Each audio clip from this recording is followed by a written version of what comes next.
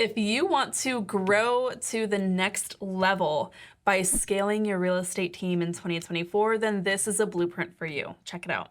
This is an excerpt from my limited edition business planning guide where I actually walk you through step by step what to do through the entire year to achieve your goals. What I want to walk you through in this video are the 4 main objectives that your goals need to fall under in 2024 in order to get to the next level by scaling your team. And what I mean by that is making more money than ever in 2024 by doing less than ever in your business.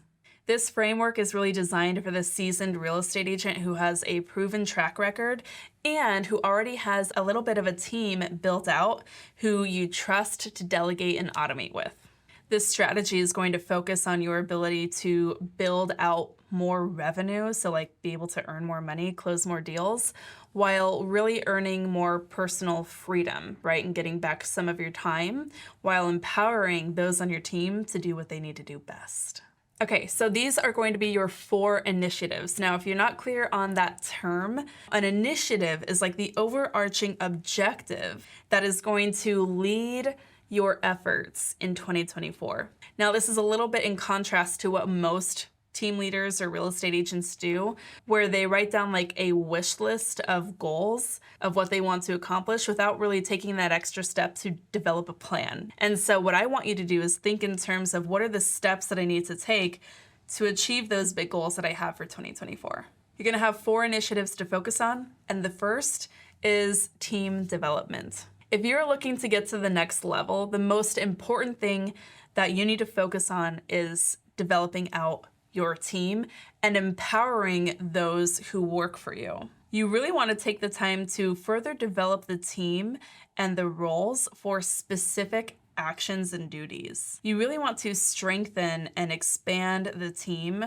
for diversified roles. You might have a little bit of a Swiss Army knife setup where everybody can do a little bit of everything, or you might be really taking this slow and like you have 1 transaction coordinator and 1 part-time assistant. Instead, I want you to be thinking specifically about what roles are going to be most important on your team to getting you to where you want to be.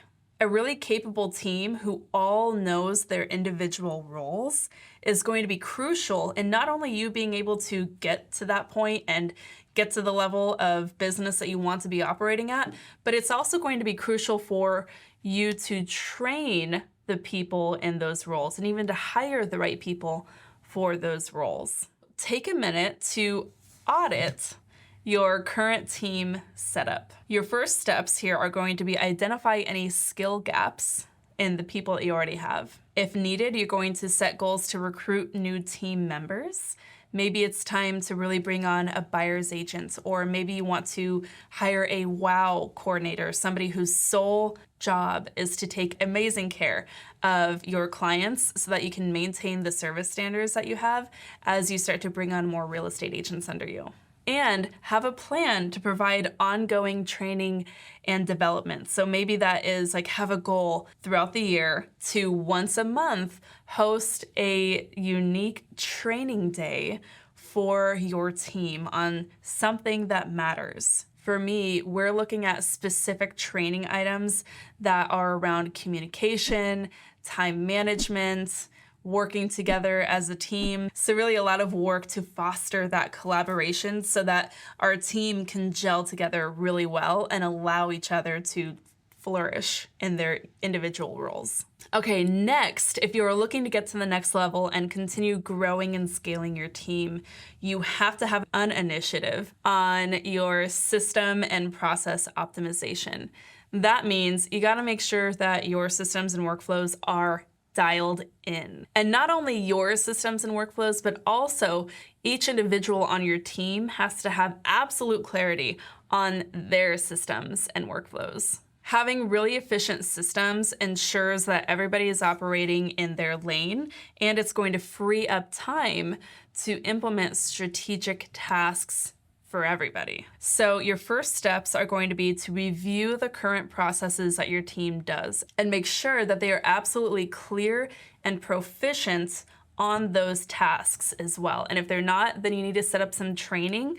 You need to look into ways to automate and further delegate a little bit of that too, to make sure that each individual is honed in on exactly what they need to be honed in on. Then you need to take another step and plan out throughout the year time to monitor this and make sure that things are not going off the rails. This might look like just a quick quarterly check-in and maybe even a one-on-one meeting with every team member to make sure they feel good about where they're at in the team, what is expected of them, and allow them an opportunity to ask for help so that you can make tiny improvements along the way. Number 3, we're breezing right through this. Let's talk about strategic client relationships. Now, the number one worry that I hear from real estate agents who are scaling their team is that they're afraid to really let go because they don't think anyone can do it like they do. And they might be right. And honestly, that's kind of like one of the cool parts of running a real estate business. You know how you want things done, so it kind of really falls on you to get it done the right way. But I want you to think about this in a little bit of a different way when it comes to your client relationships. Identify your highest value relationships and make sure that you are protecting those. Now, these are your top level referrers. These are the past clients. These are the people who would never imagine working with another realtor.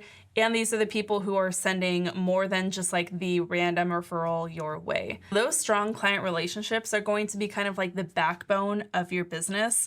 They are the ones that are going to keep sending referrals and repeat business your way. So you don't want to lose that stream of opportunities and income while you are busy training and finding new automations and investing in new tech for your team. Personalize the communication and service that you're providing to them.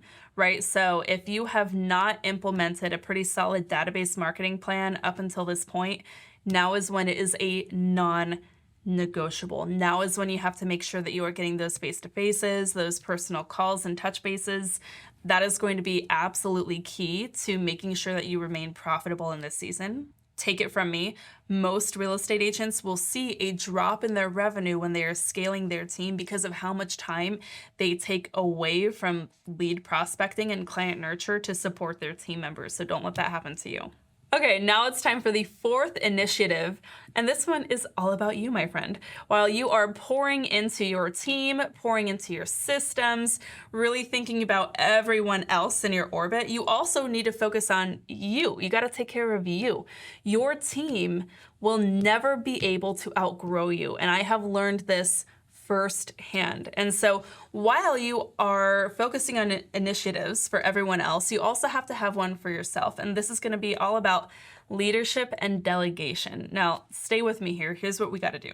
It is going to be absolutely crucial for you in this season to nail your management skills, your leadership skills, and the way that you delegate and empower your team. Now, this does not mean you have to become like the world's best micromanager. If you do that, you're going to fail.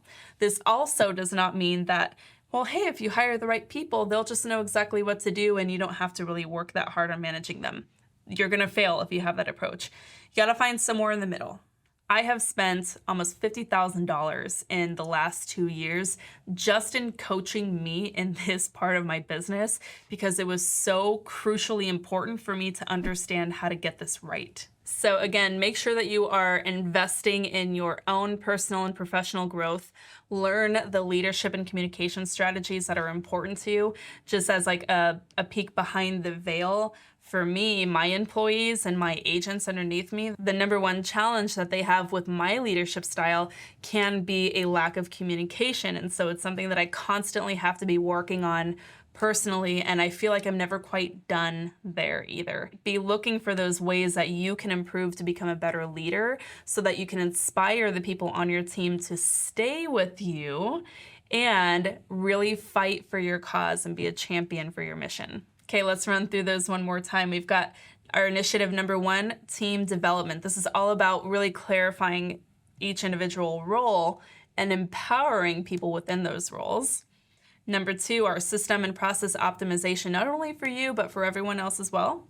Strategic client relationships. Do not lose sight of those key referral partners who are so very valuable to your success. And number 4, it's all about you, baby. Leadership and delegation. Make sure you are taking care of your stuff so everyone else can take care of theirs as well. Now, as I said, this is an excerpt from my limited edition business planning guide for real estate agents. If you want the entire process where I am breaking this down in detail on exactly what quarterly goals you should be targeting and the steps that you need to take to get there, then make sure your name is on the wait list, which you can find in the caption to this video. And as always, thank you so much for tuning in. Until next time, keep on crushing it.